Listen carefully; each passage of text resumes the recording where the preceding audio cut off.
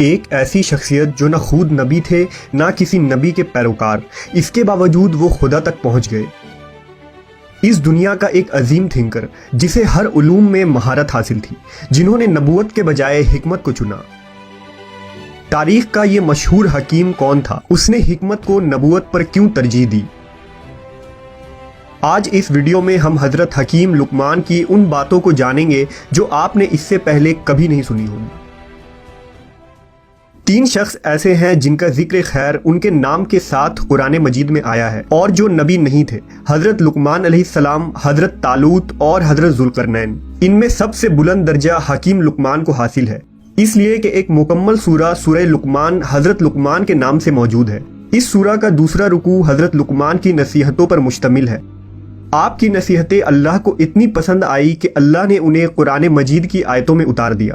حضرت لقمان نے فرمایا، اے میرے بیٹے، اللہ کے ساتھ عبادت میں دوسروں کو شریک مت کرنا، بے شک اللہ کے ساتھ دوسروں کو شریک کرنا گناہ عظیم ہے۔ اے میرے پیارے بیٹے، چاہے کوئی عمل رائی کے دانے کے برابر کسی چٹان میں یا پھر آسمان و زمین میں کسی بھی جگہ چھپا ہو، اللہ اسے تمہارے سامنے لے آئے گا، بے شک اللہ بڑی حکمت والا اور ہر شے سے واقف ہے۔ اے میرے پیارے بیٹے، نماز ادا کیا کرو، نیکی کا حکم دو اور برائی سے روکو۔ جو کچھ بھی تمہیں نیکی کے راستے میں بھگتنا پڑے، خندہ پیشانی سے برداشت کرو، بے شک یہ وہ عہد ہے جس کی تمہیں پاسداری کرنی ہے۔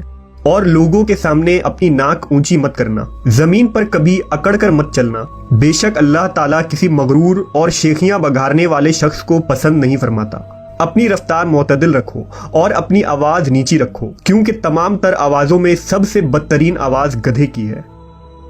بہت سی حکایات اور سبق آموز واقعات میں بھی آپ نے حکیم لقمان کا نام تو سنا ہی ہوگا، لیکن بہت کم لوگ اس بات سے واقف ہیں کہ حضرت حکیم لقمان اصل میں کون تھے۔ دراصل زمانہ قدیم سے ہی حکیم لقمان کے اقوال اور نصیحتیں بہت مشہور تھی، اور لوگ ہر علاقے اور ہر زمانے میں ان اقوال کو یاد کر کے اور سنا کر انہیں تاریخ میں زندہ رکھا۔ حکیم لقمان افریقی نسل تھے اور آپ کا تعلق سوڈان سے تھا۔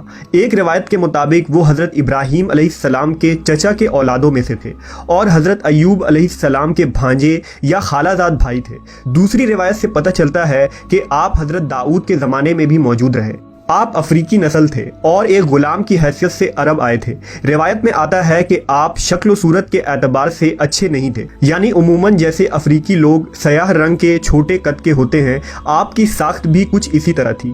لیکن آپ حکمت و دانائی کے سمندر تھے، جیسا کہ تابعی سعید بن مسیب نے ایک حبشی سے کہا تھا کہ تو اس بات پر غمزدہ نہ ہو کہ تو کالا حبشی ہے، اس لیے کہ حبشیوں میں 3 آدمی دنیا کے بہترین انسان ہوئے ہیں، حضرت بلال حبشی، حضرت عمر فاروق کا غلام مہجہ اور حکیم لقمان۔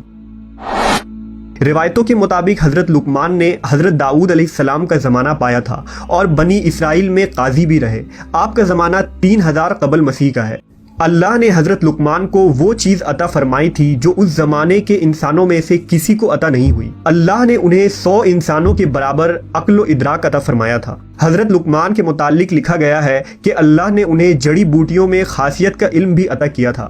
حکیم لقمان نے علم طب یعنی میڈیکل سائنس کی بنیاد بھی رکھی تھی۔